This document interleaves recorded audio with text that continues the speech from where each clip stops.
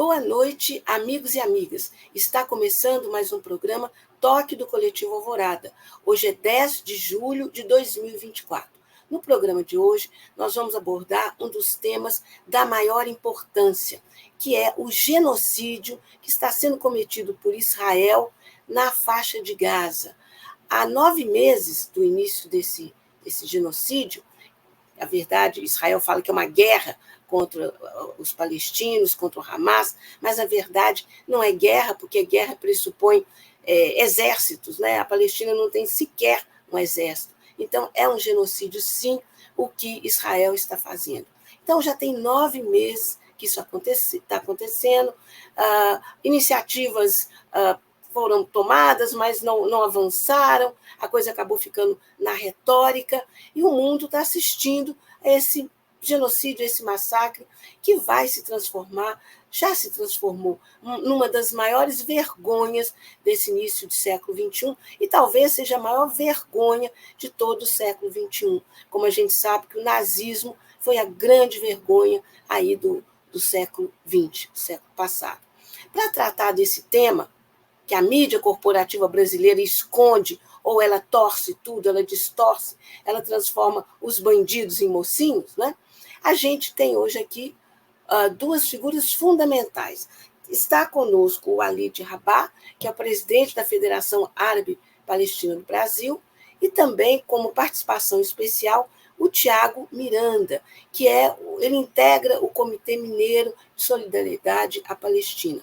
Então, é com eles que nós vamos conversar a partir de agora. E, claro, né, já estamos chamando o Walid e o Tiago, e, claro, que com vocês que já estão conosco, nos prestigiando, lembrando que hoje o programa é gravado. Então, infelizmente, não dá para fazer pergunta para os nossos convidados, mas dá sim para fazer comentários, dá para deixar, né, a sua visão, a sua posição em relação a esse genocídio absurdo que acontece por parte de Israel contra os palestinos. Então, boa noite, Walid Rabah, prazer e honra ter você conosco. Boa noite, na verdade, eu estou muito agradecido e o prazer é sempre da FEPAL, da palestinidade no Brasil, de estar nesses momentos. Eu cumprimento o Tiago, cumprimento a Ângela, cumprimento todos que estão aí nos servindo na técnica para que esse programa seja possível e também, claro, cumprimento a todos e todas que assistem ao programa e ao Coletivo Alvorada, que tem um papel político que a gente respeita muito. Muito obrigado pela oportunidade. A gente que agradece. Boa noite, Tiago. Prazer e honra ter você também aqui conosco. Bom dia, Ângela. Bom dia, Walid. Bom dia a todas e todos que estão em contato conosco. Agradeço imensamente, Ângela, por essa oportunidade. O Comitê Mineiro de Solidariedade ao Povo Palestino, igualmente, da qual eu tenho muita honra e orgulho de fazer parte nessa luta internacionalista de solidariedade, né? Eu acho que as vozes pelo mundo inteiro têm se levantado das suas diversas formas, com as mais variadas pessoas, né? Correntes políticas, movimentos sociais, contra esse crime absolutamente absurdo, né, que nós temos presenciado na Palestina nos dias atuais. Bom, a gente agradece muito, então, a presença de vocês dois. Eu vou dar partida na nossa entrevista, na verdade, uma conversa, né, gente? Perguntando para o Ali, pedindo, na verdade, que ele faça um balanço, né, desses 9 meses, né, de massacre, né, de genocídio contra o povo palestino. E a gente sabe que as mulheres e as crianças, né, Ali, têm sido as principais vítimas. Fala para a gente um pouco sobre isso.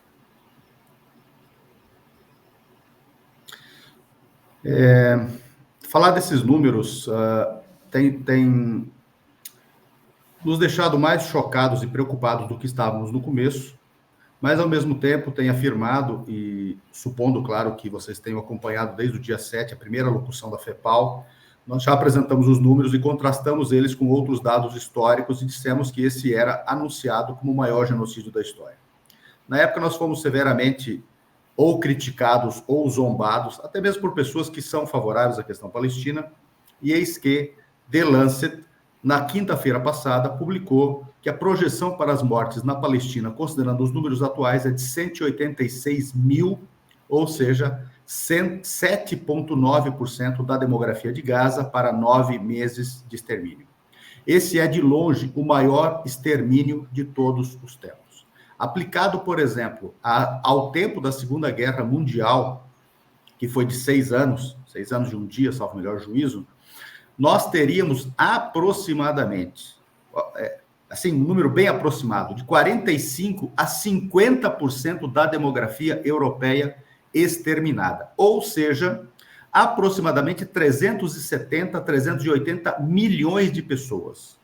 Durante a Segunda Guerra Mundial, os números não são 100% fechados, fala-se em 60 a 70 milhões de exterminados durante a Segunda Guerra Mundial. E esse dado que eu aplico agora é para a demografia da Segunda Guerra Mundial, portanto, inclui a Rússia, porque foi essa a geografia, dizendo, da Segunda Guerra Mundial, porém, sobre a demografia de hoje. E um dado muito curioso são os números oficiais. Os grandes veículos de comunicação e até alguns comunicadores não hegemônicos, pró-palestinos, insistem em números subestimados. A totalidade, ou a quase totalidade, das organizações isentas, a ONU dentre elas, já fala em 10 mil desaparecidos sob escombros, portanto mortos, dos quais a Save the Children reconheceu semana retrasada 4 mil desaparecidas sob escombros são crianças. Nós trabalhamos com esse dado desde o dia 8 de outubro do ano passado. Como é que ficam esses números? Ao invés das mais de 35 mil mortes, na verdade, nós temos hoje 38.815 oficiais, mais as 10 mil desaparecidas sob escombros já reconhecidas, estamos, portanto, com quase 49 mil, ou seja, quase 50 mil desaparecidos. Nesse momento, em números oficiais de pessoas mortas, exterminadas, nós já temos 2,2% a 2,3% da demografia de Gaza. Isso daria hoje, aplicado ao Brasil, quase 4 milhões e meio de pessoas exterminadas em 277 ou 278 dias. Esse é o tamanho do genocídio. As crianças, agora, o número exato oficial é de 16.057 mil desaparecidas. Como até a Save the Children já fala em 4 mil desaparecidas sob escombros e mais 16 a 20 mil desaparecidas porque estão perdidas, porque perderam a família, porque perderam os lares, estão perdidas passando fome em algum lugar, em algum abrigo, eventualmente, do que ainda resta de possibilidade de abrigo, nós estamos falando de 20.100 crianças exterminadas. 45% dos exterminados até o momento. Só para nós termos uma ideia desse número, ele dá hoje quase 9.500 crianças exterminadas em Gaza por milhão de habitantes. Você, Ângela, falou da Segunda Guerra Mundial. Na Segunda Guerra Mundial, que durou 6 anos, foram 2.383 crianças, 838 crianças, mortas por milhão de habitantes. Israel já matou agora, em 9 meses, e não em 6 anos, 3,3 a 3,5 vezes mais do que o período nazista exterminou de crianças. E um dado muito curioso, eu tive a curiosidade de verificar se Auschwitz matou mais do que a Segunda Guerra Mundial em toda a sua geografia, já que Auschwitz era um campo de extermínio, um campo de trabalhos forçados, um campo de concentração que se tornou depois um campo de extermínio e que durou entre 4 e 5 anos em sua total experiência. Pois Auschwitz não chegou a 3 mil crianças exterminadas por milhão de habitantes da sua área de abrangência, considerando a demografia da sua área de abrangência, em toda a sua existência. Quer dizer, Israel mata mais de 3 vezes mais do que os nazistas mataram de crianças em Auschwitz. As mulheres são já perto de 11.500, considerando as quase 1.000 desaparecidas, portanto, 25% dos exterminados, 1.000 delas, mais ou menos, assassinadas grávidas, e os abortos aumentaram 300%. Abortos involuntários aumentaram perto de 300%. O que isso quer dizer? Nós estamos, Tiago e Ângela, e todos que nos assistem, diante do primeiro genocídio que visa colapsar a capacidade reprodutiva de toda uma sociedade ao exterminar, numa escala nunca vista em nenhum momento da história, ventres e os rebentos que saíram deles anteontem. matando dentro do ventre por aborto e matando dentro do ventre quando se mata a própria mãe grávida. Isso é inédito. Nós já temos chamado a existência de Israel como um experimento social genocida duradouro, ou seja, o primeiro experimento colonial baseado exclusivamente no extermínio da população originária, porque nenhum projeto colonial teve esse intento. Todos os projetos coloniais, Tiago, eliminaram, cometeram genocídios. Mas não houve, e tenho repetido isso e vou repetir aqui, não houve, pelo menos que haja registro histórico a respeito, nenhuma carta de Pero Vaz de Caminha singrando os mares, dizendo descobrirás ou encontrarás ou sei lá o que e exterminarás. Isso não houve em nenhum lugar do mundo, em nenhum momento histórico.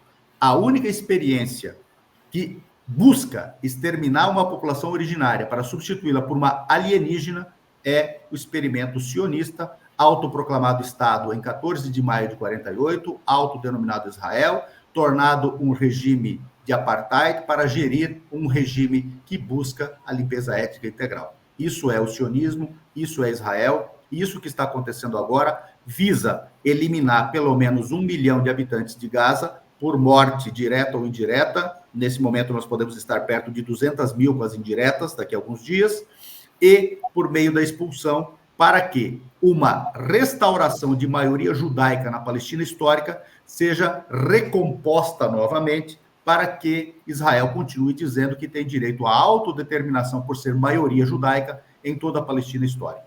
Lembrando que essa maioria judaica é conquistada a partir da maior limpeza étnica da história, de dezembro de 47 a 1951, na limpeza das fronteiras, quando 88% dos palestinos foram exterminados dos 78% do território tomado, na maior limpeza étnica da história, pelo menos conhecida, Ângela. Esse é o quadro sobre o qual devemos nos debruçar para analisar o experimento e se nós queremos que este modelo sirva à humanidade ou não. Portanto, é preciso derrotá-lo. Exato. Agora, eu lembro que já até mais de um mês ou um pouco mais, que você, numa entrevista que eu cheguei a assistir, você disse exatamente isso. Olha, o plano de Israel é ocupar toda a Palestina sem os palestinos, né? Infelizmente, parece que o que você anteviu está se configurando, né? E o que você espera? Vou insistir um pouco mais com você, antes de entrar colocar o Tiago na roda também. E aí, o que é possível fazer? O mundo vai continuar assistindo a esse extermínio, a esse genocídio dos palestinos pelo Israel passivamente? A Segunda Guerra não foi assim. A partir de um determinado momento, o mundo se mexeu. O que está faltando para o mundo se mexer, Gulaid? Bom, vamos tentar colocar as coisas na planilha de Excel. Eu sempre brinco, Tiago e Ângela, que se a planilha de Excel falasse, para enfrentar os extremistas bastava ela. Até porque não precisa de muito mais, né? Mas, assim, primeiro, Ângela, concordando com você, mas nem tanto, a grande diferença é que ele está sendo assistido. Os outros não foram.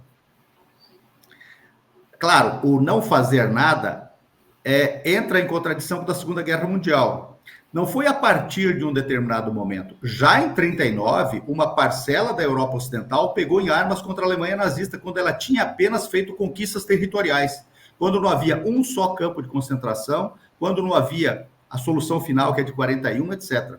Então, a Europa se mobilizou contra o nazismo em semanas, ao passo que em 9 meses do primeiro genocídio televisionado da história, o autoproclamado Ocidente não moveu uma só palha, senão para enviar armamentos. Lembrando que 80% das munições, armamento e sistemas utilizados neste genocídio são estadunidenses, e os outros 20% são, em segundo lugar, alemães, ingleses, franceses, belgas, canadenses, australianos e assim vai. O propriamente israelense, quando muito, atinge lá os 5%, e quase todos eles sob licenciamento. O que nós estamos vendo agora é um extermínio ocidental. Não é um extermínio provocado por 2, 3 treslocados colonos euro-judeus fanatizados por uma distorção de fé religiosa. Não. Este é um genocídio exclusivamente estadunidense, com alguns dos seus aliados ocidentais, que visa, a partir da Palestina e da Ucrânia, manter o mundo sob o seu domínio. E eu suspeito, já disse isso em outras ocasiões, que nós estamos diante de um modelo genocidário que o Ocidente não pode mais prescindir dele. Inclusive ao ponto de ter preparado parcela da sua demografia para assistir a um genocídio e aceitá-lo. O grande drama agora, Ângela, diante da sua questão, é que nós estamos diante do seguinte dilema, com 3 pernas. Primeiro, está havendo uma normalização ao ponto até mesmo das mídias não hegemônicas estarem silenciando sobre o genocídio na Palestina, mesmo ele em andamento e televisionado, e, portanto, há uma vitória do Ocidente neste particular. Segundo, nós estamos diante da perenização da compreensão do genocídio e, consequentemente, Israel vai pagar essa fatura no médio prazo ainda e os Estados Unidos também, ou seja, o genocídio foi introspectado nas pessoas, as pessoas não esquecerão dele e continuarão se mobilizando contra o experimento social genocida israelense. E o terceiro dilema, a judeidade no mundo e a sociedade civil israelense judaica continuará convivendo com o papel que lhes foi dado pelo Ocidente para um experimento social genocida de novo tipo? Essas são as 3 questões que nós devemos lançar nesse momento. Certo. Bom, vamos colocar o Tiago na roda. Tiago, fala um pouco sobre o Comitê Mineiro de Solidariedade ao Povo Palestino, a importância dele, quando ele surgiu. Você é um dos integrantes mais ativos, né, do comitê. Bom, o Comitê Mineiro de Solidariedade ao Povo Palestino já existe há muitos anos. São coisa mais ou menos de 10 anos para mais da existência dele. Ele foi adormecido durante algum tempo e retornou de modo imediato assim que o dilúvio de Al-Aqsa teve início. Nós sabemos perfeitamente da envergadura do fato e também das consequências que seriam cruéis, ao que tudo indicava, e, infelizmente, tem se mostrado ainda mais cruéis do que aquilo que nós podíamos ser capazes de imaginar. E, infelizmente, a gente tem visto, ainda assim, um horizonte horrível, né? Porque ele não tem características de término. Então, com todos os dados que o Walid traz, que são absolutamente estarrecedores, é sempre uma alegria encontrar com o Walid e é sempre muito triste encontrar com o Walid ao mesmo tempo, porque é isso, né? A gente vai vendo a escalada do horror e, ao mesmo tempo, a gente vai vendo que, ao que tudo indica, as grandes potências internacionais se comprazem com o horror na faixa de Gaza.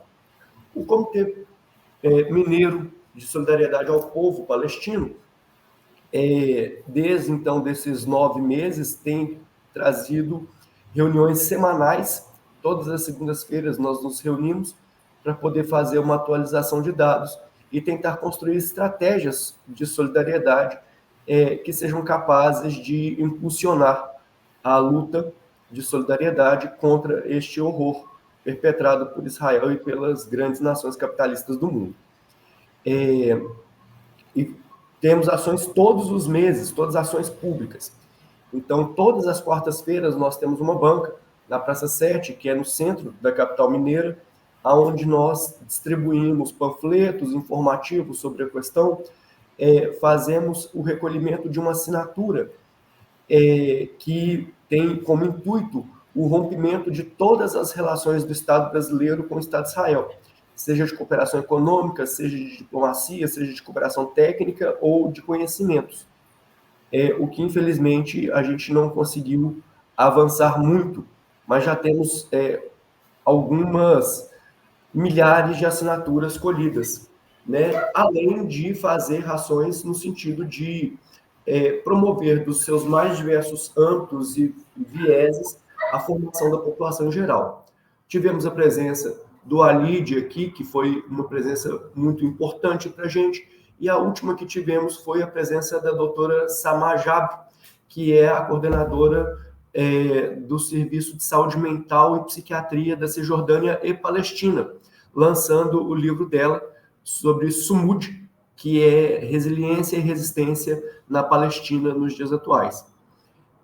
Então, esse comitê tem esse objetivo, construir a solidariedade em torno do povo palestino, fazer a ampla divulgação, na medida das nossas pernas, contra o massacre e cobrar do governo brasileiro e também dos governos locais o rompimento de relações várias com o Estado genocida de Israel. É isso, muito basicamente. Certo. Walid, na sua fala anterior, você colocou 3 questões, lançou 3 questões, né? De difícil resposta, pelo menos para mim. Agora, eu te faço a seguinte questão. Eu tenho observado na mídia corporativa nacional e internacional, que a gente acompanha, como o genocídio do povo palestino sumiu, né? Não é mais assunto, ou está com uma cobertura muito lateral, quando não distorcida. Aliás, distorcida foi o tempo todo, né? Eu te pergunto, apesar disso, você vê alguma relação entre essas vitórias, mesmo uma vitória capenga, né, dos trabalhistas no Reino Unido, que inclusive eles, enfim, são muito conservadores, mas, por exemplo, na França, né, você vê as grandes mobilizações que aconteceram na Europa contra o genocídio, e mesmo os Estados Unidos, estudantes e tal, você atribui essa mudança, que não sei se é tão grande assim no cenário europeu, a essas manifestações? Como é que você vê isso?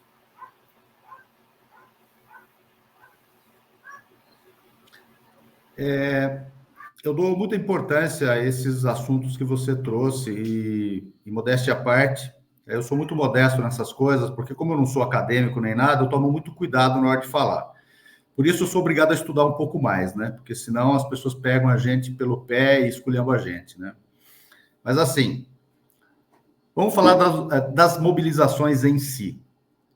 As pessoas têm ficado muito frustradas pelo fato de, no Brasil, não haver manifestações destas magnitudes, que houve na França, na Inglaterra, na Alemanha, na Espanha e nos Estados Unidos. Não apenas, claro, houve em outros países, mas as pessoas gostam de citar mais as metrópoles coloniais, porque no Ocidente nós ainda estamos ligados, e mesmo em outras partes do mundo, mentalmente, às metrópoles coloniais. Nós somos ideologicamente, culturalmente dominados por essas metrópoles ainda. Entretanto, as mobilizações não significam necessariamente que há, nesses tecidos sociais, maioria de opinião pública pró-Palestina. Não significa. Ou que elas se materializem politicamente em desfavor das forças pró-sionistas.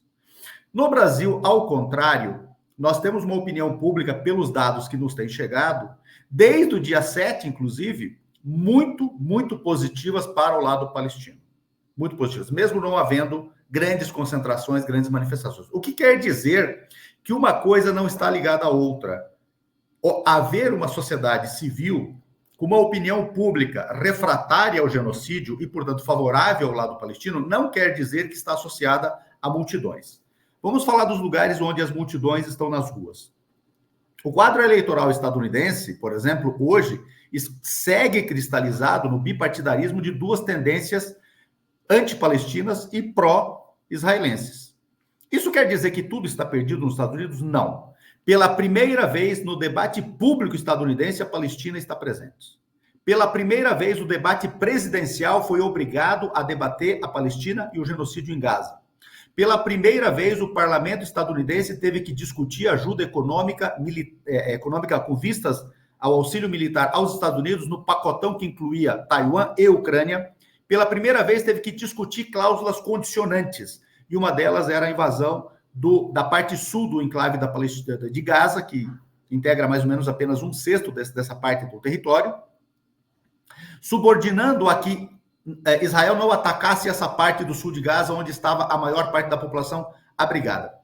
20% dos parlamentares estadunidenses que participaram desta sessão votaram pela cláusula condicionante. Isso é inédito. E quando você pega os parlamentares do Partido Democrata, do presidente Biden, o chefe desse genocídio, foram 40%. Mais um detalhe. Esses estudantes que se manifestaram e fizeram os acampamentos, fizeram-nos nas mais importantes universidades dos Estados Unidos, aquelas que formam a futura elite estadunidense. Mais um detalhe.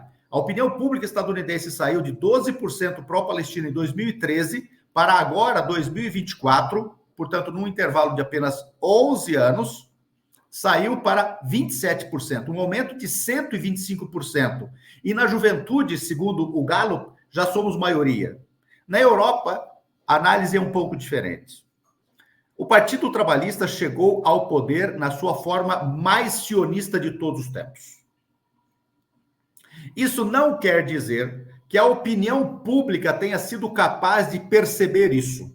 Houve uma recusa ao governo de plantão que foi pró-Israel. Então, nós temos que analisar isso. Nos distritos onde houve maior polarização entre pró-Palestina e anti-Palestina, venceram os trabalhistas pró-Israel.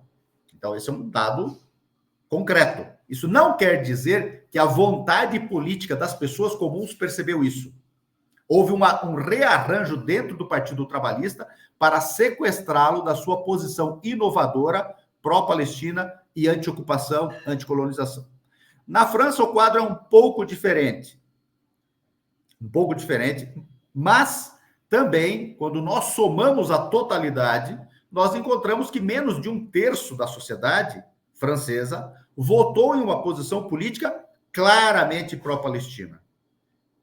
Mas nesses dois lugares, França e Inglaterra, duas potências coloniais, duas potências imperiais, dois países com direito a veto no Conselho de Segurança, pela primeira vez também a agenda palestina foi central no debate de política externa desses dois lugares, desses dois países. Então, acho que a análise tem que passar por aí, continuar avançando, continuar apostando, não se frustrar com resultados eleitorais. Nós temos que pegar os dados subjacentes e analisar a partir deles. Certo. Tiago, e a opinião pública mineira? Como é que você vê a opinião pública mineira nesse genocídio? Né? Como que você percebe, né, nessa linha do que o Alípio colocou? Bom, em Minas Gerais a gente não tem, obviamente, uma grande pesquisa de opinião sobre o assunto, mas a gente consegue fazer uma leitura a partir da nossa vivência em contato direto com a população. Nós, a princípio, tínhamos as ações de rua, como mantemos ainda hoje, e tínhamos uma série de austeridades assim, contra os nossos participantes. No sentido, vocês apoiam terroristas, mas e as crianças, mas não sei o que, tudo. E com o passar do tempo, a gente foi vendo uma diminuição muito significativa desses constrangimentos e uma mudança no sentido do apoio, ou pelo menos de uma curiosidade mais substantiva sobre o que acontecia e o que tem acontecido na Palestina nos dias atuais. Então, a gente considera que o papel do comitê tem sido muito importante nisto, porque nós permanecemos com essa militância encravada no centro de Belo Horizonte e as pessoas que transitam por ali, né, são das mais variadas, mas também são cotidianas, porque é um enclave em Belo Horizonte ali de passagem de trabalhadores. A gente tem visto a mudança de percepção disso. Agora, cabe dizer uma reflexão sobre as entidades políticas e as suas preocupações em termos eleitorais, o que nos preocupa enormemente.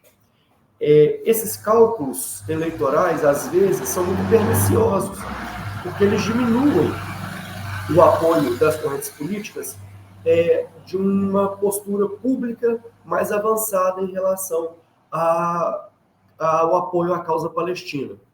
Pessoalmente, eles nos dizem, sim, muito bem, mas na hora da prática política efetiva, muitas vezes, algumas desses partidos ou correntes de partidos se ausentam.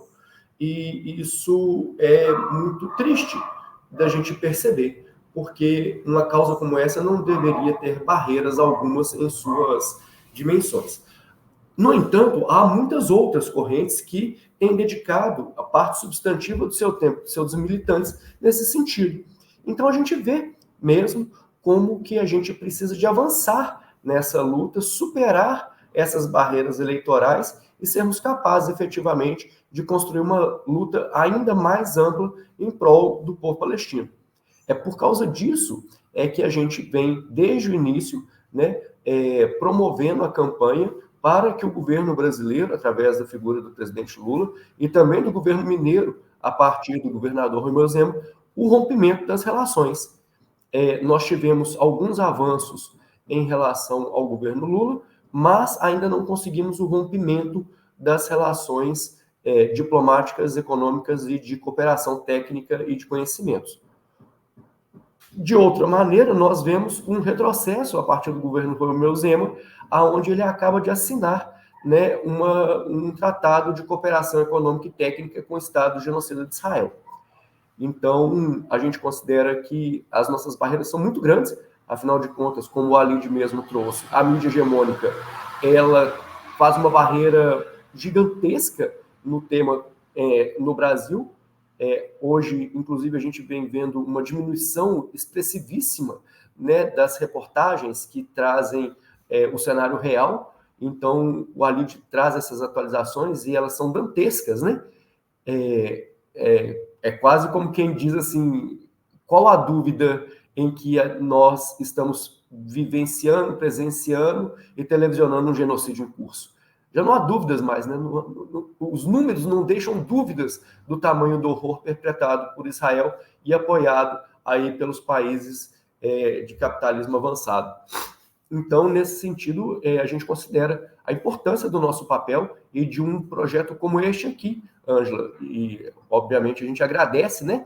Porque é essa mídia contra-hegemônica que tem dado a oportunidade para a população brasileira, de um modo geral, de tomar conhecimento da situação, né, horrível que nós estamos presenciando, perpetrada pelo Estado genocida de Israel. Então, a nossa luta é gigantesca, né, e ela não pode parar, apesar das barreiras que nós encontramos, né, e do apoio limitado que nós temos. Mas nós seguiremos, porque a causa é justa. Claro, sem dúvida, causa justíssima. E é exatamente essa questão da opinião pública que eu gostaria de insistir um pouco mais com o Alib, porque eu sei que ele tem refletido bastante sobre isso. Alib, a gente sabe do peso que o lobby sionista tem na mídia internacional e na mídia nacional, né? Às vezes eu assisto o jornal, aliás, eu assisto todo dia por uma questão de pesquisa acadêmica, o Jornal Nacional, e fico impressionado, parece que ele é editado em Washington, não é? Então eu te pergunto, como, né, o cidadão comum, como que você vê, né, esse massacre de informações equivocadas, distorcidas, desinformação na mídia corporativa nacional e internacional, mas também nas redes sociais, nas big tech, nas plataformas, né? Como que você vê o cidadão, a cidadã comum, né, formando a sua opinião sobre um assunto fundamental, que é a questão da Palestina, do genocídio que os palestinos estão sendo vítimas, com essa mídia desse jeito? Eu acho que tem... Bom, as pessoas que pesquisam seguramente não vão se surpreender com o que eu vou dizer, porque é muito lugar comum isso, pelo menos ultimamente, com novos dados. Os grandes veículos de comunicação de massa, comerciais ou corporativos, que visam lucro, dentre outras coisas, eles visam também manter um sistema. Na verdade, eles integram o sistema. Atualmente, pesquisas bastante cuidadosas têm identificado que alguns grandes fundos e algumas grandes corporações de controle do capital no Ocidente, quando você cruza as suas propriedades, eles são donos, majoritariamente, da indústria farmacêutica, da indústria bélica, do petróleo, das energias em geral, de algumas indústrias, as big techs, consequentemente, a indústria da tecnologia e dos grandes veículos de comunicação.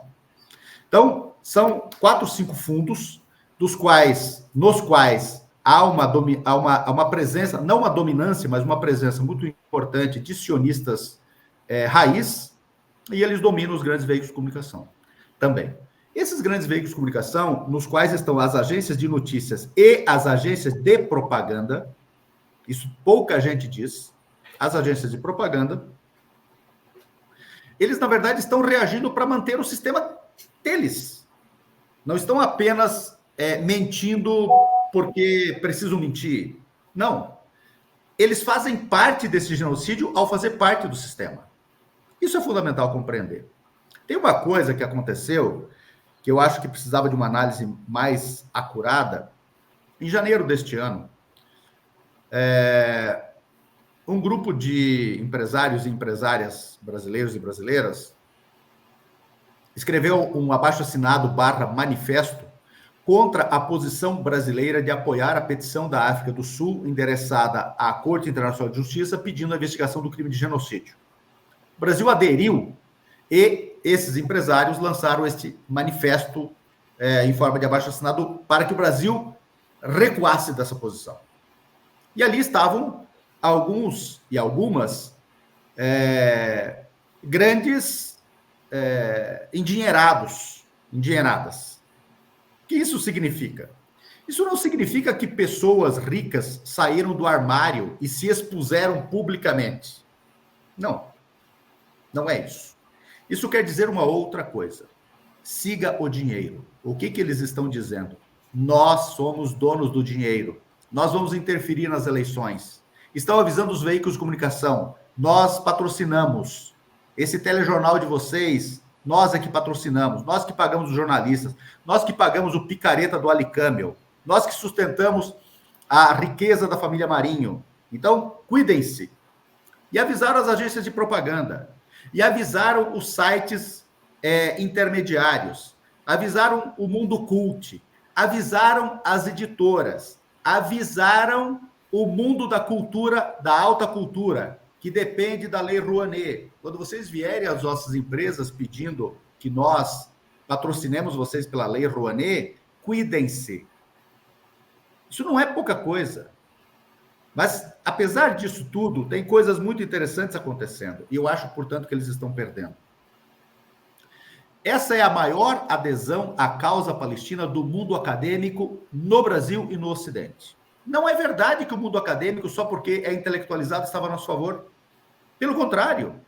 Quem estava a nosso favor eram algumas iniciativas sindicais, lideranças estudantis. O mundo acadêmico profundo, não. O mundo acadêmico profundo, consequentemente, a produção de teses, dissertações, monografias, que viravam depois livros e pesquisas, tudo isso era de dominância sionista. Isso mudou, está mudando de um tempo para cá. Por falar em comitês, e o de Minas Gerais é um comitê muito importante, um dos mais importantes, na minha opinião, no país, hoje, pela sua consistência e pela sua capacidade de fugir do barraquismo e produzir realmente luta anti-imperialista, nunca houve tantos comitês pró-Palestina na história. Eu acompanho o movimento palestino desde a constituição dos primeiros comitês em 82 contra os massacres de Sabra e Shatila no Líbano. Eu acompanho mais intensamente a partir de 84, quando eu me torno um militante do movimento palestino. Mas eu já conhecia de 82. E de lá para cá, essa é, de longe, mas de muito longe, a maior constituição de comitês da história. Nunca houve coisa parecida. Agora nós temos que tomar cuidado com o financiamento das campanhas, o financiamento dos veículos de comunicação, financiamento das agências em geral, qualquer tipo de agência de fomento, etc., como é que elas vão se comportar diante dessa coisa toda. Então, a Fundação Ford, como é que ela vai cooptar os movimentos sociais no Brasil? Ela já vem cooptando há muito tempo. Como é que ela vai cooptar? Como é que foram os silêncios em relação à questão palestina? Por exemplo, por que o silêncio do Ministério dos Direitos Humanos? Por que o silêncio do Ministério da Igualdade Racial? Por que o silêncio de grandes lideranças importantes do movimento antirracista nas universidades? Porque estão sequestrados pelo dinheiro da Fundação Ford e de outras fundações. Então, esse novo quadro é que nós precisamos analisar.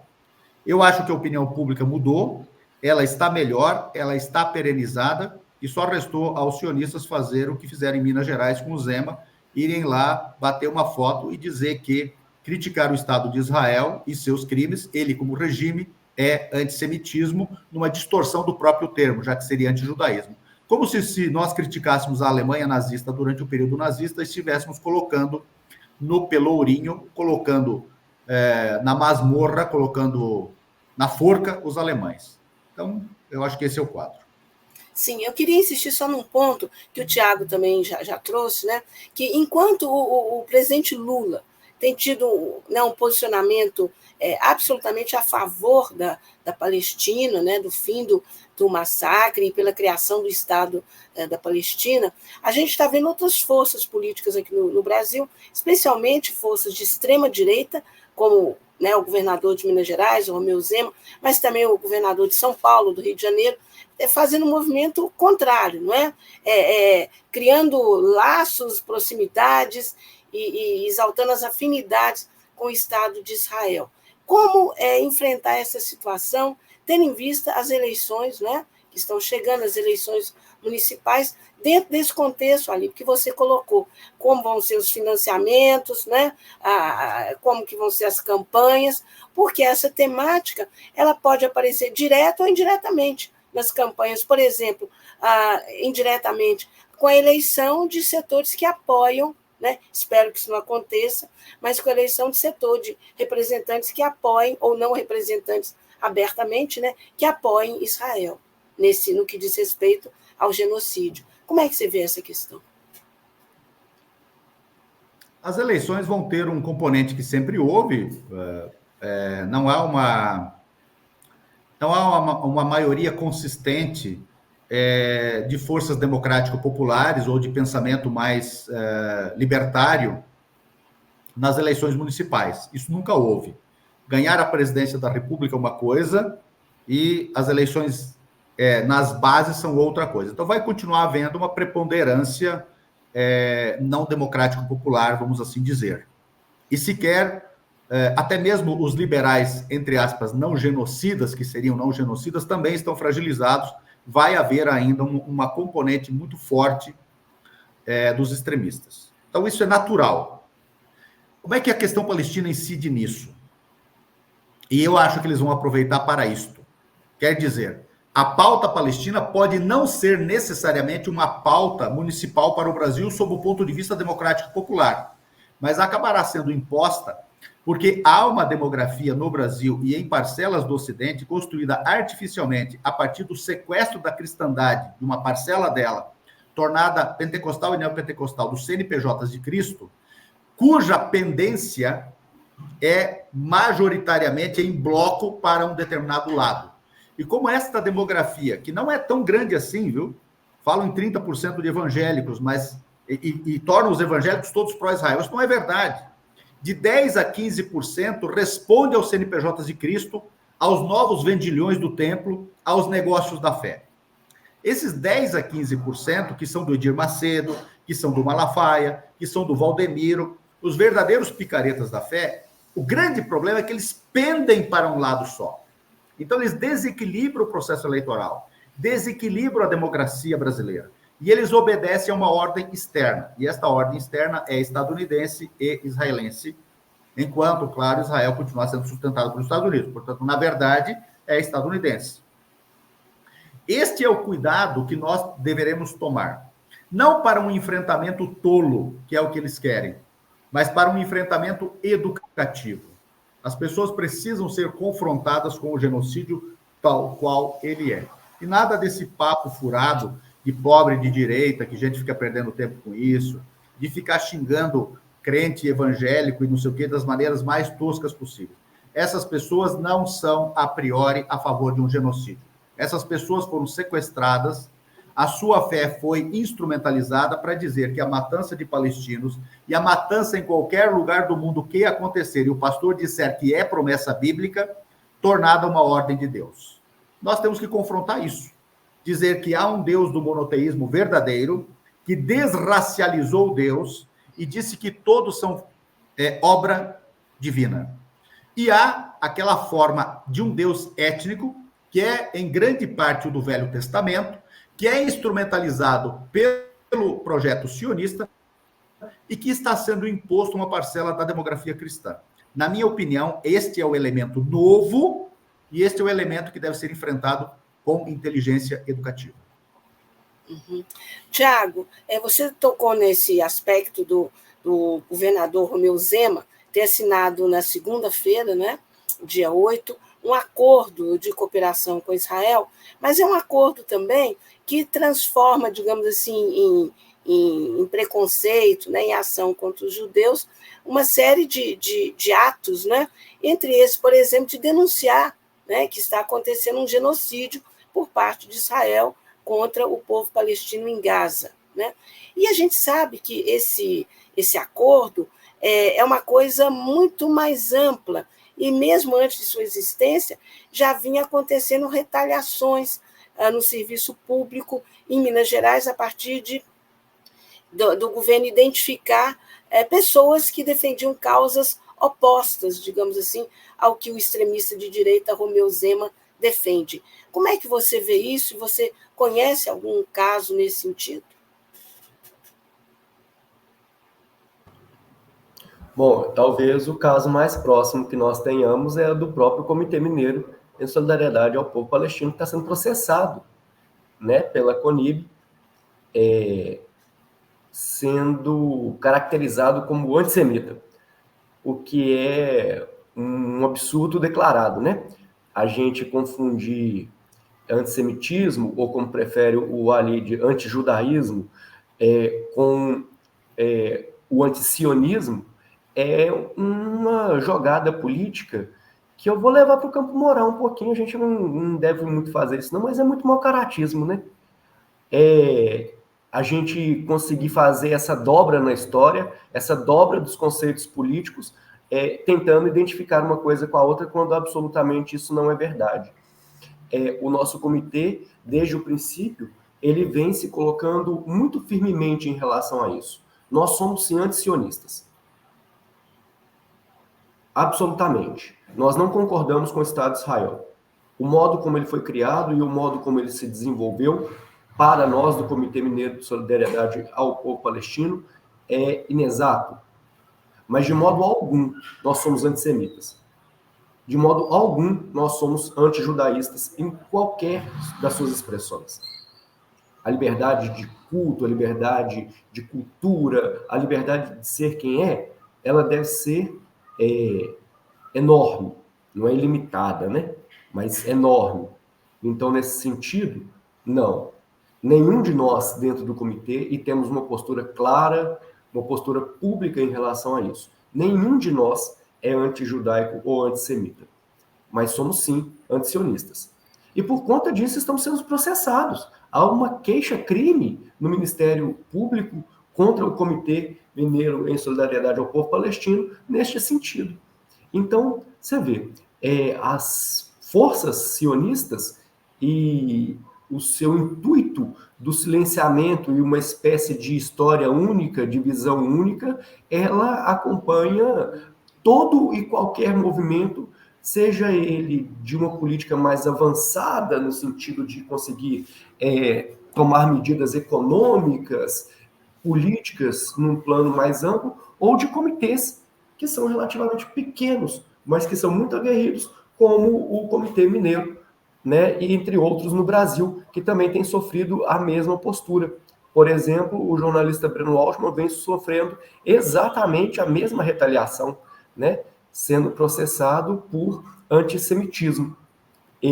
Logo ele, um judeu, né, declaradamente, né, e um judeu antissemita, porque assim como a gente está tocando nessa parcela da população evangélica no Brasil, que não necessariamente compra os ditames destes vendilhões do templo, desse CNPJ de Cristo, né, Walid? Também uma parcela de judeus, né, não se identifica com o sionismo. Muitos deles, inclusive, são judeus e são anti-sionistas. E a gente vê manifestações disso em torno do mundo, né? De judeus anti-sionistas se levantando as suas bandeiras em prol, né, da causa palestina e contra os horrores perpetrados pelo Estado genocida de Israel. Walid, como que você e a entidade que você preside veem a posição do presidente Lula? Quer dizer, a posição dele, pessoal, é claríssima, né? A defesa total do Estado palestino, da criação do Estado palestino. Mas, enquanto governo de frente ampla, a coisa é mais complicada. E a gente vê que, enfim, há recuos ou não há o avanço que se esperava. Por exemplo, o rompimento de relações com Israel, né?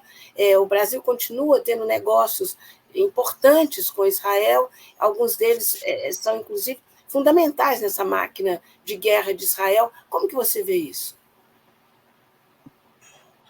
Primeiro, se me permite, Angela, só corroborar um pouco a dicção do Tiago, que eu achei muito importante. Essa ideia de processar o Comitê Mineiro da Federação Israelita de Minas Gerais, aliás, eles não se dizem Federação Judaica, né? Se dizem Federação Israelita, né? Para se linkar com Israel, com o experimento social genocida que lá está. Então, é um projeto colonial que tem organizações no mundo. Isso é que distingue o término do apartheid na África do Sul, iniciado no início dos 90, e o não término, também iniciado no início dos 90, 91, com as conversações multilaterais de Madrid, na Espanha, em 91, para a Palestina não ter acabado. O sionismo tem capacidade de lobby no Ocidente, enquanto que os africanos da África do Sul não tinham. Essa é a grande diferença. E o que são essas federações? São instrumentos deste lobby. Não representam os judeus, nunca representaram e nunca pretenderam representar. São sucursais do apartheid no Brasil. E nós denunciamos isso há muito tempo. E eu li a peça deles, Tiago. A peça deles é fundamentalmente a birra com do rio ao mar. Bom, primeiro, a ocupação é do rio ao mar. A limpeza étnica é do rio ao mar. O colonato é do rio ao mar. A limpeza étnica, inteiramente falando, ela segue sendo do rio ao mar. A resolução 181, que recomendou a 29 de novembro de 47 a partilha da Palestina, ela previu uma realidade para o rio ao mar e ela não previu deslocamentos demográficos. Ela previu que uma parte significativa do futuro Estado judeu, em 56,5% do território, mesmo sendo a população judaica de apenas 30% e ter apenas 5,87% do território, ela teria a população não judaica dentro desse território definido para ser o futuro Estado judeu de meio a meio. Então, restaurar a resolução 181, portanto, com restauração geográfica, é resolver a Palestina do rio ao mar. E a resolução 194, de 11 de dezembro de 48, que reconhece a limpeza étnica, reconhece o genocídio e determina o retorno dos refugiados, determina a restauração demográfica da Palestina do rio ao mar. E quando a ONU denuncia o apartheid, ela denuncia o apartheid do rio ao mar. Inclusive, a maior organização, a B'Tselem, a maior organização israelense de direitos humanos, diz que o apartheid se realiza do rio ao mar. Eles utilizam este termo. Portanto, o fim do genocídio, o fim do regime de apartheid e, consequentemente, do sionismo e do regime israelense atualmente, é do rio ao mar. Agora, é do rio ao mar expulsar judeus que lá estão, mesmo tendo sido carreados para lá para um projeto colonial? Não. Do rio ao mar é o fim do apartheid. Do rio ao mar é a aplicação do direito internacional. Do rio ao mar é a aplicação da resolução 181. Do rio ao mar é a aplicação da resolução 194. Do rio ao mar é o fim do regime segregacionista, o único que sobrevive depois do fim do apartheid da África do Sul. Portanto, é preciso exterminar o sionismo do rio ao mar e onde quer que ele esteja, inclusive em Belo Horizonte. O sionismo é uma forma abjeta de racismo, de supremacismo, de apartheid. É crime de lesa humanidade o racismo, o apartheid e o supremacismo. Portanto, a Federação Israelita de Minas Gerais integra um projeto colonial de escala global, que inclusive pode representar perigo existencial à parcela da população brasileira, se o modelo israelense for aplicado, por exemplo, em parcelas da demografia brasileira. É desta maneira que nós nos pronunciamos. Haverá um pronunciamento oficial, inclusive nos autos da FEPAL, nesses termos. E é assim que a gente acusa o sionismo no Brasil e no mundo. E é do rio ao mar, sim, que nós defendemos a solução para a Palestina. E uma solução, portanto, para os judeus que estão na Palestina também, de dignidade, de não precisarem participar deste processo genocidário. Os judeus precisam estar livres do sionismo na Palestina, também do rio ao mar. Bom. Perfeito, perfeito. É isso mesmo. Quanto ao seu questionamento, Isso é um governo em disputa. Primeiro, você já definiu. É um governo, digamos assim, de coalizão, liderado apenas pelo partido do presidente Lula, o PT, que é minoritário na Câmara e no Senado, muito minoritário, mas não é só lá. Minoritário em número de governadores, vice-governadores, assembleias legislativas, prefeitos, vices nas câmaras municipais. Esta é uma realidade muito poderosa. Minoritário no controle entre aspas, hegemonia comunicacional, especialmente a hegemônica, essa que nós ainda temos aí de massa. A opinião pública brasileira está contaminada por um novo extremismo recente, católico, que tinha quase desaparecido, que é parecido com os CNPJs de Cristo, mais os CNPJs de Cristo. Tudo isso está posto na cena política e social brasileira. Malgrado isto, Lula foi o primeiro grande dirigente mundial a dizer que era genocídio. Antes dele, apenas o presidente Putin, ninguém deu bola para isso, quando há 15 dias do genocídio iniciado, disse que o cerco a Gaza, veja, ele foi direto no ponto, o cerco a Gaza é equivalente ao cerco, aspas, ele utilizou isso, nazista a Leningrado. Mas Lula foi quem disse que era genocídio. Lula colocou o dedo na ferida e disse que aquilo é equiparável à Segunda Guerra Mundial. E, de fato, nós provamos que é. O presidente Lula aderiu, quando nós presidíamos o Conselho de Segurança, na condição de rotativo, o governo brasileiro e sua diplomacia tentou, em várias ocasiões, um cessar-fogo bem no início, vetado, claro, pelos Estados Unidos, por isso que ele não foi para frente. O presidente Lula e seu governo aderiram à petição da África do Sul. Também ratificaram os acordos de cooperação com a Palestina, 2 já, inclusive, recentemente, o de livre comércio Mercosul-Palestina.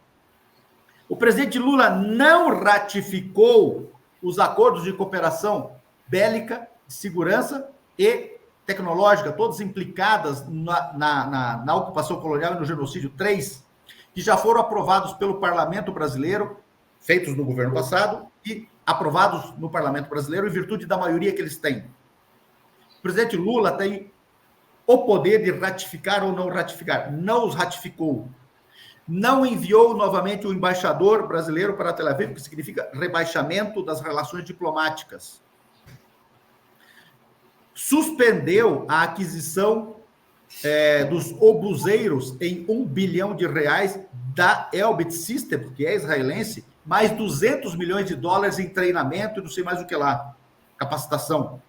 Suspendeu isso. E mais, agora, finalmente, estamos fabricando drones, o que quer dizer que os drones brasileiros, inclusive drones de ataque, não serão israelenses.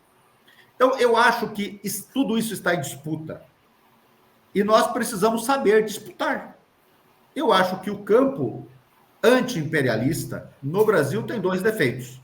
Primeiro, que ele deixou de entender o imperialismo e deixou de ser anti-imperialista e anticolonial, inclusive no campo democrático e popular. Segundo, é preciso saber disputar. Não vai se disputar com o discurso de quermesse, com o discurso de guetos. Ou nós falamos para as grandes massas, e aqui eu quero correr o risco de apanhar publicamente, ou nós falamos desde a esquerda bolsonarista à direita comunista, ou nós vamos falar com as nossas quermesses em saraus. E eu não estou presidente da FEPAL para ficar choramingando, embrulhado na bandeira da Palestina em saraus. Me desculpe, mas o papel político nosso não é esse. E nem dos comitês. Exato. Eu acho muito importante, Olívio, isso que você está colocando, que eu tenho visto setores progressistas, setores de esquerda, reclamando, criticando, denunciando, né, o presidente Lula, porque tinha que fazer isso, porque tinha que romper. E a gente tem dito, né? Mas olha a correlação de forças, olha a situação. Foi isso que você colocou, né? O número de governadores, de vice-governadores, prefeitos, olha a correlação de forças no Congresso Nacional. Quer dizer, o Lula está, né, fazendo o que pode, está fazendo, né, ele é um excelente político, tarimbado, está levando isso da melhor forma possível, numa situação muito, muito, muito complexa, né? E é exatamente sobre essa situação complexa que eu pergunto para o Tiago, porque aqui em Minas Gerais, talvez a situação seja mais complicada do que no plano nacional, porque temos um governador de extrema-direita, ao que tudo indica, né, fechadíssimo com o sionismo, e que tem adotado posições de perseguir funcionários.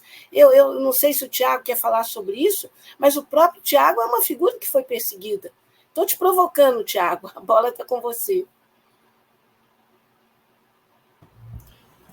Eu acho que a perseguição, na verdade, ela está contra todo o povo mineiro, né, e principalmente o povo pobre, porque a destruição dos serviços públicos, né, as modificações no sistema de educação, a privatização ou a destruição do sistema IPSENG, que é o de saúde pública dos funcionários públicos de Minas Gerais, né, tudo isso são ataques à população.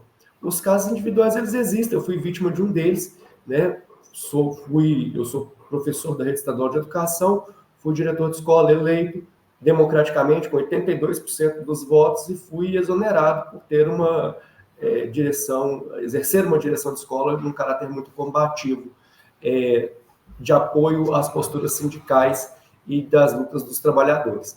Bom, isso é a menor das parcelas, não é? Mas a maior delas está aí, né, em todos esses caracteres que mostra a face de extrema-direita do governador Romeu Zema. Face, inclusive, que tristemente ele não só assume, como se orgulha. E ele abre a boca para dizer, com todas as palavras, fui eleito para fazer exatamente o que eu tenho feito. Então, é muito importante que as pessoas se debrucem, né, sobre as suas posturas e sobre as suas inclinações eleitorais, para não deixar ou perceber que isso tem reais consequências, né? No caso agora dessa assinatura com o governo de Israel, parece até como é que eu poderia dizer? Uma briga de vizinhos, quando não se trata disso, né? Parecia uma resposta do governo de Minas Gerais às ações do Comitê Mineiro de Solidariedade ao povo palestino, porque as consequências são graves, né? Nós temos que lembrar que as mesmas bombas que caem sobre as cabeças dos palestinos neste momento são as mesmas balas que assassinam os jovens negros de periferia. É muito importante que a gente traga esses dados, porque os dados também, né, dos assassinatos, né, das mortes por motivos violentos dos jovens negros de periferia de todas as cidades do país, né, são absolutamente estarrecedores também. Em algum momento a gente levou a pauta do genocídio da população negra no país e esse termo foi retirado de pauta. Mas a gente vê também, sobre outras características, né, uma mortandade de jovens negros do país. E são as balas israelenses que matam esses jovens, né? Então, a luta do povo palestino é também a luta do povo brasileiro, e principalmente do povo pobre, especificamente do povo preto.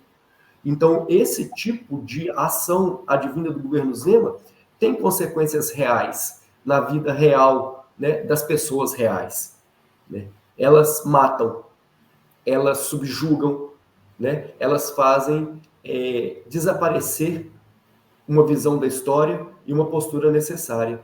Então, esse conclame, ele é necessário. É importante fazer a denúncia do governo Zema, não só porque ele faz a aliança com o Estado genocida de Israel, é porque, ao fazê-lo, ele não só apoia o genocídio em curso em Gaza, mas ele apoia também a mortandade de jovens negros nas capitais e nas cidades brasileiras como um todo. Bom, para você que está chegando agora, é importante a gente frisar que estamos conversando com o Ali Rabalo, que é o presidente da Federação Árabe Palestina do Brasil, e também com o Tiago Miranda, que integra o Comitê Mineiro de Solidariedade ao Povo Palestino. Para você que está chegando agora, não tem problema. O programa vai ficar inteiro lá no YouTube e você vai poder assisti-lo e compartilhar também com seus amigos, com as pessoas que você sabe que se interessam por essa temática e mesmo por aqueles que não se interessam. Porque, gente, esse genocídio que Israel está cometendo contra os palestinos em Gaza é uma das maiores vergonhas, se não a maior vergonha, que vai perdurar por todo o século XXI. O que ele está fazendo é algo inaceitável, inominável, condenável, sob todos os aspectos. E é sobre isso que a gente está conversando com duas das pessoas que mais conhecem essa temática e, mais do que isso, mais lutam para que isso não continue. E é exatamente sobre essa luta que eu pergunto agora para o Alípio quais são os próximos passos da FEPAL diante desse cenário internacional em mudança e diante também desse cenário brasileiro também em mudança, né? Eleições municipais à vista. A gente pretende... Bom, primeiro nós temos o 11º Congresso da FEPAL, que vai acontecer em São Paulo, de 20 a 22 de setembro, que deve repaginar a FEPAL. Nós estamos num processo de reorganização do movimento palestino no Brasil, que remonta a 2015, uma série de iniciativas foram reforçadas em 2017 e muito mais reforçadas a partir do 10º Congresso de 2019, que elegeu a atual direção. É um processo iniciado na gestão passada, prossegue nessa. Então, a reorganização do movimento palestino no Brasil, a reorganização a partir dessas luzes da solidariedade palestina, porque o Tiago e todos aqueles que estão em comitês nos questionaram muito, positivamente, claro, de luzes, ou seja, o movimento palestino ele deve dar luzes. Não é a solidariedade que vai encontrar as luzes. A libertação do povo palestino deve ser definida pelo povo palestino. A solidariedade ela é solidária, ela não diz que Palestina será. Afinal de contas, nós queremos libertar a Palestina numa luta anticolonial que envolve toda a população palestina. Nós, da FEPAL, não estamos buscando construir o Palestina ideal. Nós estamos buscando libertar a Palestina. E ela liberta a Palestina para o cidadão de esquerda e de direita, religioso e não religioso, muçulmano e cristão e ateu, eventualmente. Homens e mulheres e assim por diante. E aqui no Brasil a mesma coisa. Nós queremos falar com todos os palestinos, representar todos os palestinos, falar com toda a solidariedade e estar aliado com toda a solidariedade, para que um liberal não genocida tenha o direito de ser pró-Palestina. Ou seja, nós estamos tentando construir no Brasil uma realidade de locução palestina por meio de uma comunicação mais eficiente. Suponho que as pessoas estejam acompanhando. Recebi mensagens muito positivas dizendo que a FEPAL ajudou a furar a bolha. Na verdade, a pessoa que me mandou tem um núcleo de estudos muito importante sobre comunicação no Brasil e que analisa a comunicação no mundo, que simplesmente me mandou uma mensagem: parabéns, a FEPAL furou a bolha. Então, esse é um papel que nós temos que fazer.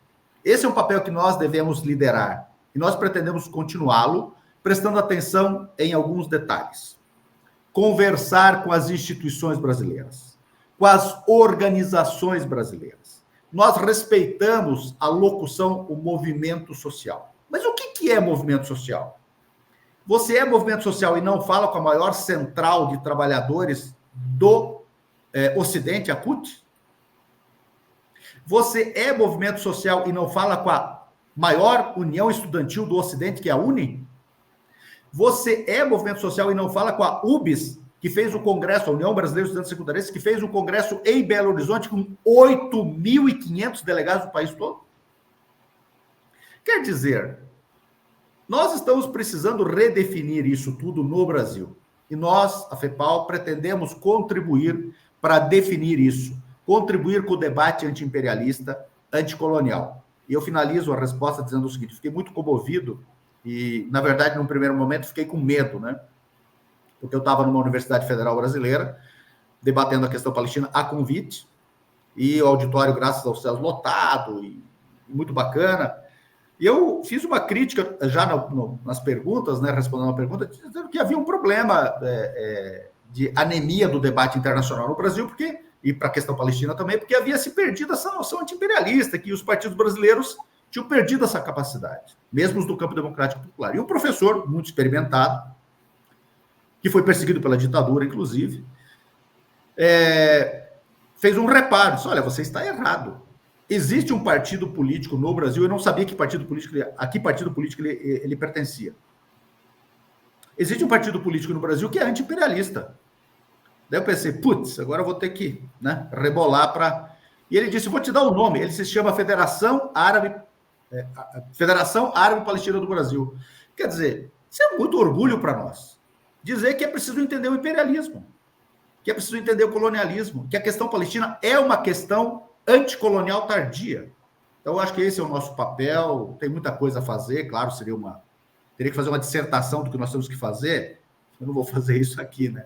Mas eu acho que é isso, esse é o desafio. Eu lembro também, não sei se você concorda, Ali, do próprio Brizola. O Brizola falava muito, né, nessa questão do imperialismo, ele denunciava, mas era ele, não o PDT, né? Era uma postura... Eu sou um apaixonado pelo Brizola e gosto de usar expressões dele. Uma delas é a bateção de lata. Você diz, não vamos bater lata. E tem muita gente que fica perdendo tempo com bateção de lata. Não é bateção de lata, é compreender o imperialismo, combater o imperialismo fora e aqui. O Brasil é um país continental. O Brasil é um dos poucos países do mundo que tem território imperial, no sentido de compreensão da amplitude disso, população imperial, tem um exército fabuloso, tem capacidade de inovação científica e tecnológica. É um dos poucos países não centrais que tem, com todos os seus defeitos, uma elite industrial e uma indústria nacional. Tem uma indústria nuclear fabulosa. A nossa é superior à iraniana em capacidade tecnológica. Tem uma geografia gigantesca, florestas gigantescas, riqueza mineral gigantesca, riqueza marítima e mar gigantesco.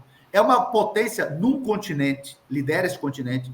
É uma potência BRICS agora, portanto, mundial. É uma potência energética. É uma potência fronteiriça. Nós sabemos que a quantidade de fronteiras define o poder de um país. Quer dizer, o Brasil é uma potência.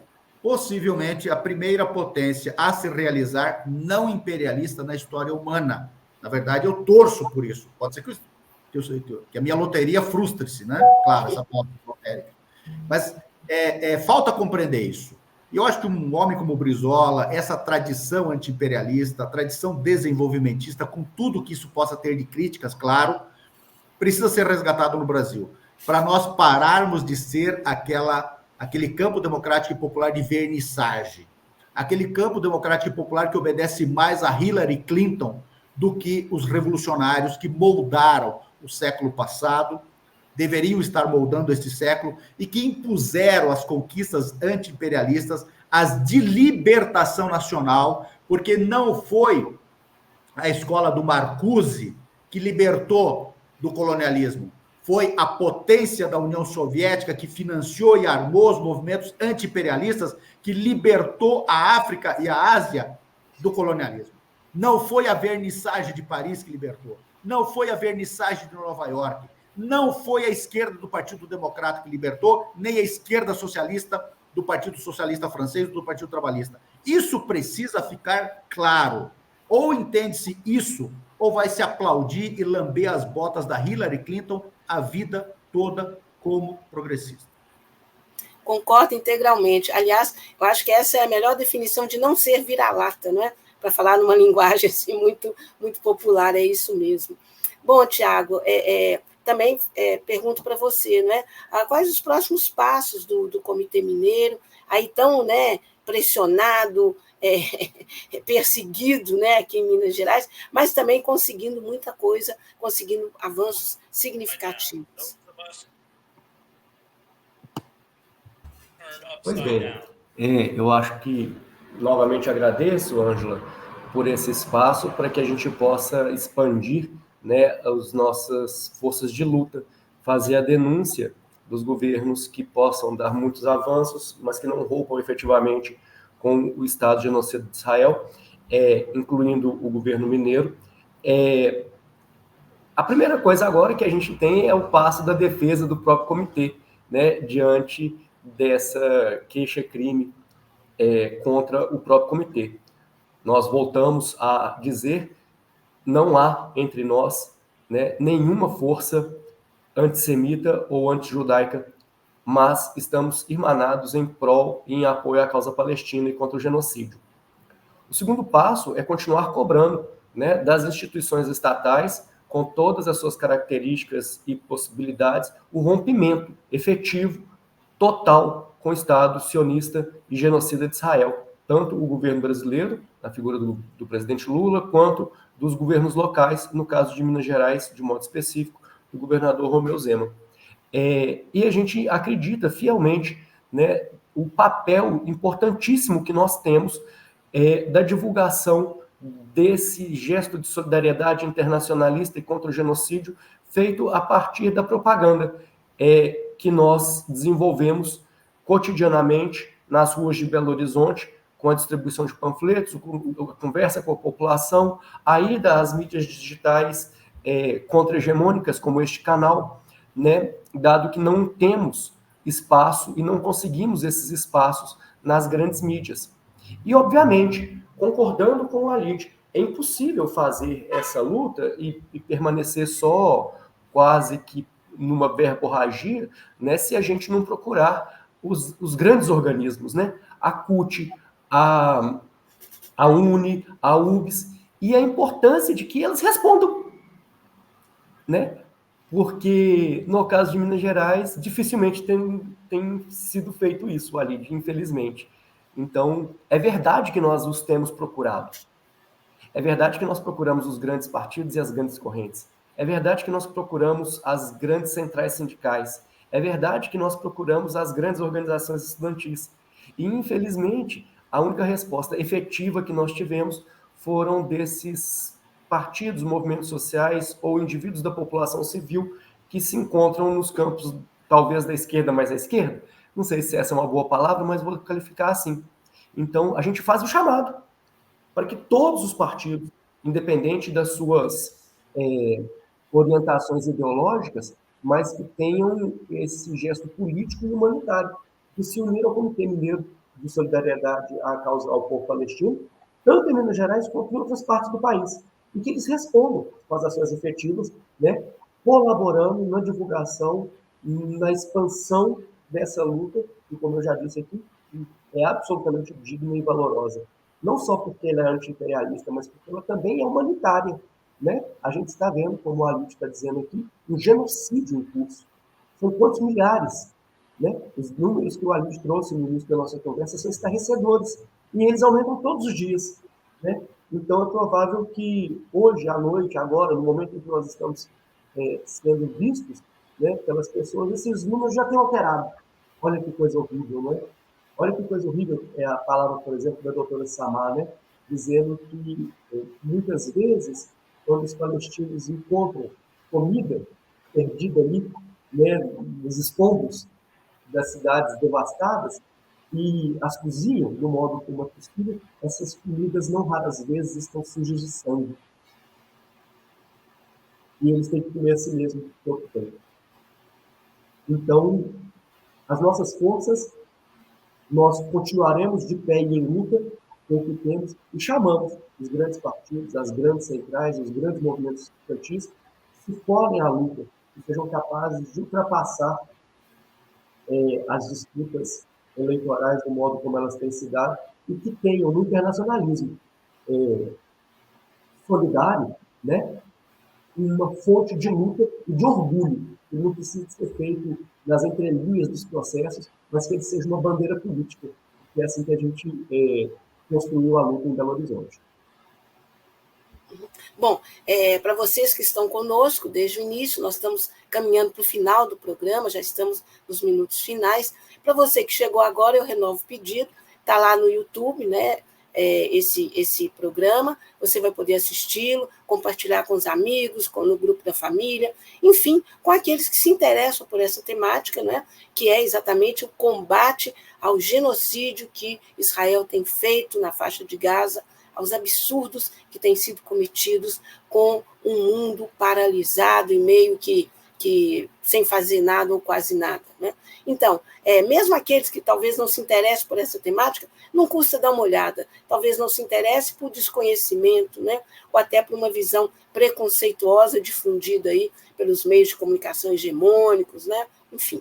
Mas, como a gente sempre faz, a gente vai deixar a palavra aberta para os nossos dois convidados, agradecendo muito a presença deles e pedindo se depois que eles fizerem as considerações finais deles, se eles puderem ficar mais um minutinho, que a gente vai exibir qual foi a atuação do Coletivo Alvorada, na figura de um dos seus coordenadores, e que é uma ação que eu considero pedagógica e que contribui para politizar, especialmente no momento em que a mídia corporativa brasileira tenta esconder fatos da maior importância, como o indiciamento do ex-presidente Jair Bolsonaro naquela questão do roubo das joias, não é? E a mídia tenta passar pano, não é? E minimizando, inclusive, essa questão, seguindo orientações dos aliados de Bolsonaro, que é para tentar transformar esse indiciamento, que é uma coisa grave e fundamental, não é? Ele tem que ser processado e preso, julgado e preso por isso, é crime, né? Mas os seus aliados têm dito, não, vamos transformar isso em fake news, e não tem nada de fake news. Então, palavra aberta para o Alípio, depois para o Tiago, e se eles puderem, eu vou pedir para ficarem um pouquinho para verem essa atuação do Coletivo Alvorada. O Alípio, por favor.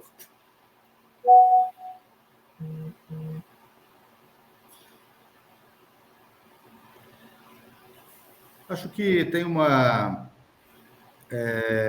realidade.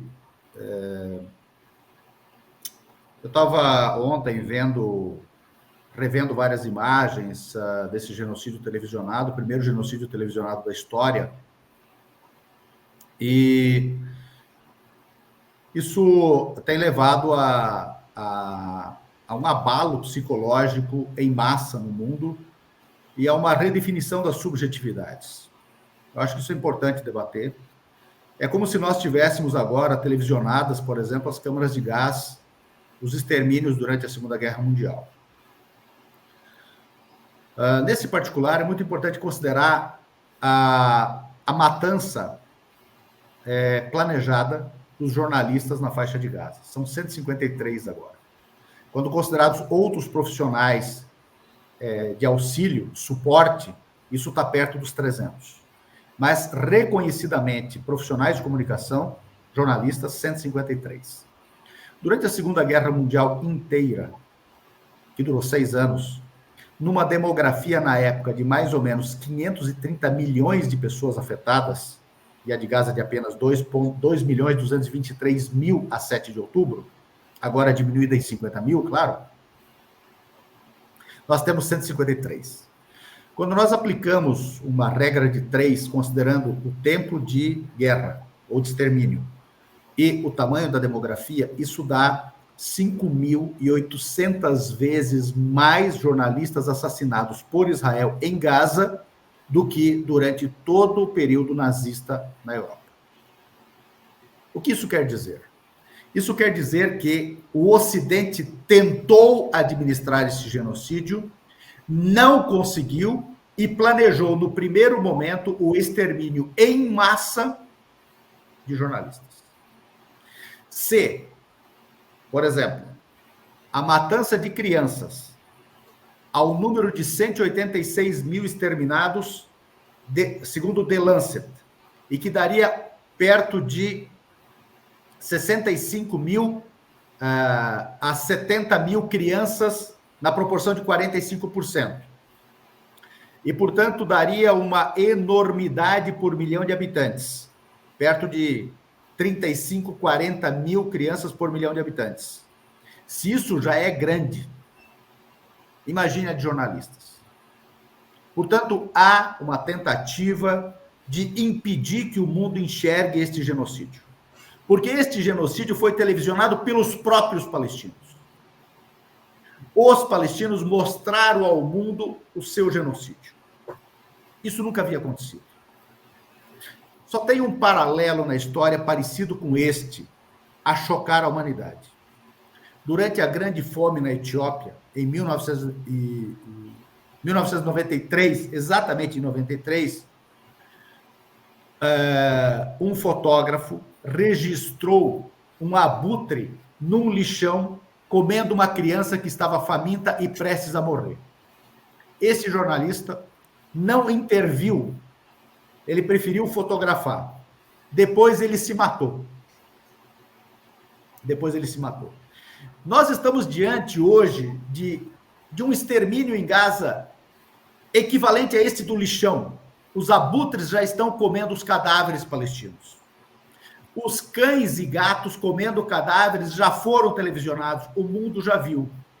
Israel está apostando no extermínio pela fome para talvez a canibalização dos próprios palestinos.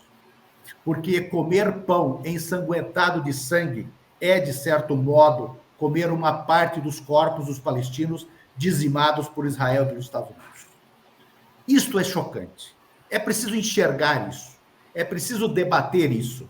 Porque, tal qual nós difundimos ontem nas nossas redes sociais, preparem-se, porque todos vocês poderão ser palestinos amanhã.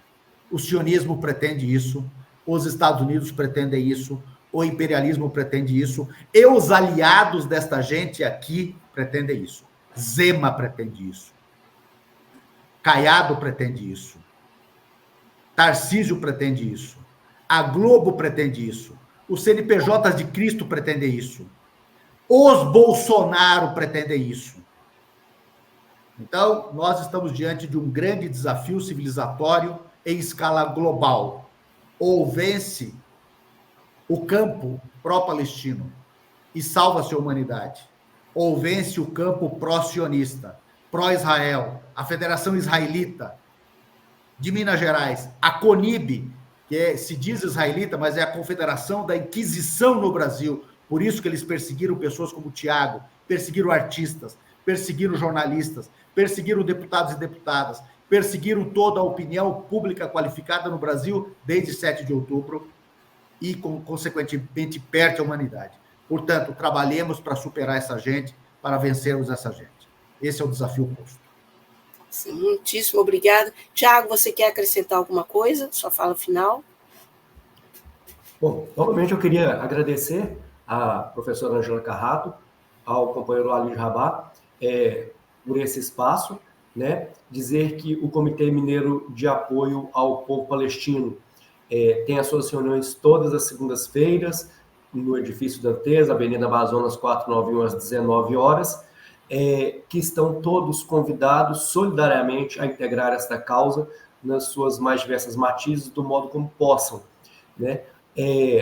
Denunciar novamente a postura da Federação Israelita de Minas Gerais, com a tentativa de distorcer os fatos e nos caracterizar como uma entidade antissemita ou antijudaica, coisa que nós não somos e repudiamos, e, novamente, cobrar, né, dos governos locais, do governador Romeu Zema e do governo Lula, o rompimento total e absoluto com as relações de cooperação técnica, financeiras e militares com o Estado genocida de Israel. Muito obrigado, professora Ângela, muito obrigado, Walid. Eu que agradeço ao Walid, presidente da FEPAL, agradeço ao Tiago, do Comitê Mineiro de Solidariedade ao Povo Palestino. E se vocês puderem ficar mais um minutinho para a gente exibir esse vídeo, que o Coletivo Alvorada, além dos programas na web que ele tem, esse é um dos programas que ele tem uma ação de pedagógica em termos políticos, né? Exatamente desmascarando o que a mídia não mostra ou o que ela tenta transformar em desinformação, e o coletivo vai na veia. Olha aí, eu vou pedir à produtora técnica, Alexandra Badaró, para rodar o vídeo de uma atuação dos nossos coordenadores, o Muniz Prem, que aconteceu segunda-feira, no centro de Belo Horizonte, logo depois da notícia que o ex-presidente Jair Bolsonaro tinha sido indiciado pelo roubo de joias. Vamos ver esse vídeo rapidinho?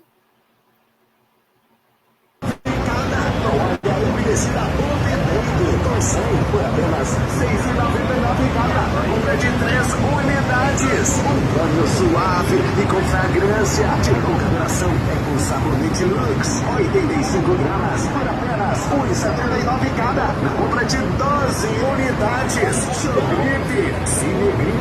24 horas por apenas